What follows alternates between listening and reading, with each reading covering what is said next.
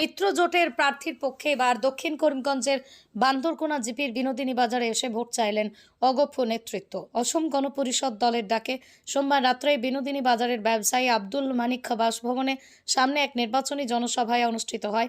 এতে অগপ দলের রাজ্যিক সভাপতি তথা মন্ত্রী অতুল বরা সহ মন্ত্রী কেশব মহন্ত এবং দক্ষিণ করিমগঞ্জ প্রাক্তন বিধায়ক আজিজ আহমেদ খানের উপস্থিতি থেকে সবাইকে মিত্রজোটের প্রার্থী কৃপানাথ মালাকে ভোটদানের আহ্বান জানান।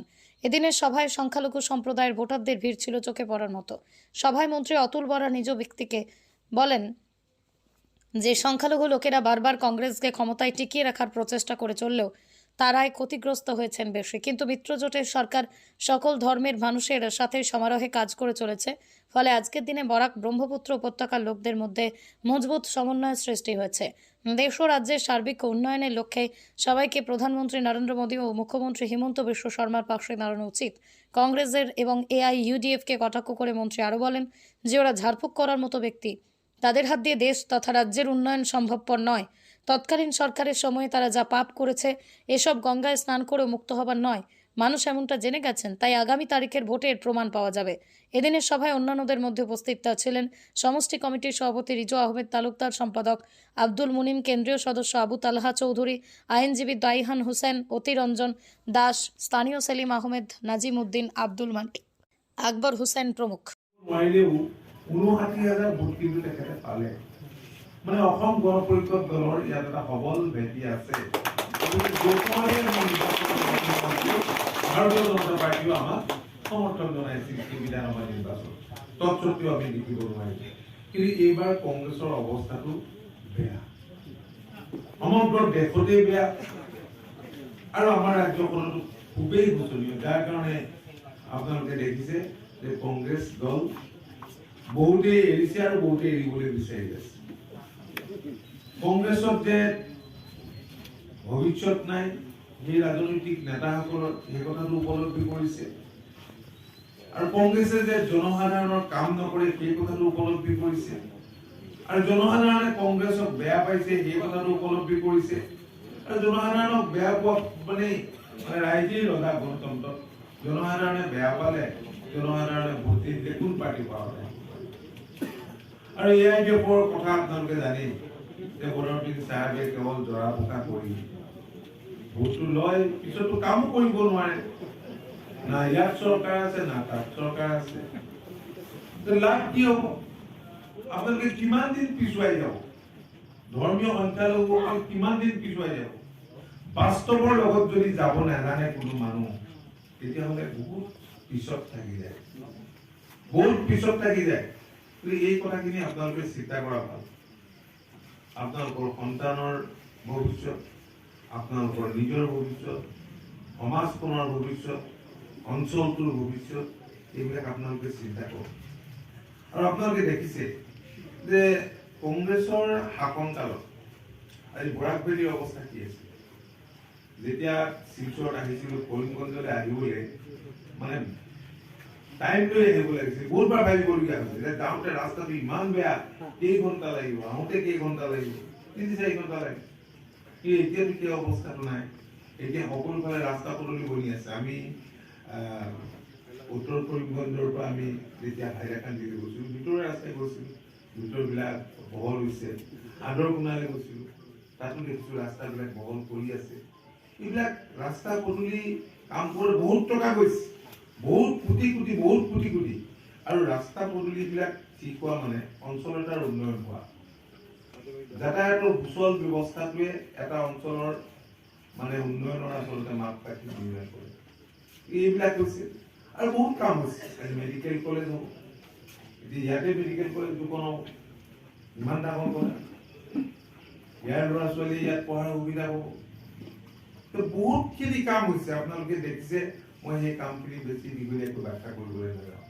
আৰু এইখন চৰকাৰৰ দিনতে আমাৰ ৰাজ্যখনৰ বেছিভাগ লোক কৃষক, কেৱল আমাৰ ৰাজ্যখনৰ নহয় দেশৰেই বেছি আমি জইণ্টলি কৰিছোঁ।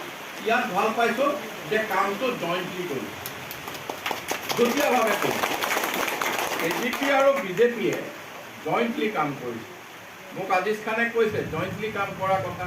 আৰু মই কনফাৰ্ম কৰিছোঁ ভাৰতীয় জনতা পাৰ্টিৰ পৰা যে আপুনি কৰিছেনে নাই, বোলে কৰিছোঁ। তেওঁ কৈছে যে মই কৰিছোঁ, আমি জইণ্টলি কাম কৰিছোঁ। এতিয়া জইণ্টলি কাম কৰা মানে আপোনালোকৰ ৰেছপনচিবিলিটি বহুত বাঢ়ি গ'ল, দায়িত্ব বহুত বাঢ়ি গ'ল। মানে থিয় হৈ হাত চাপৰি মাৰি সমৰ্থন কৰা, ভোটটো দি সমৰ্থন কৰা, আৰু ভোটটো দিবৰ কাৰণে মানুহ গোটাই আমি দায়িত্ব লোৱা, এইটো দায়িত্ব বাঢ়ি গ'ল।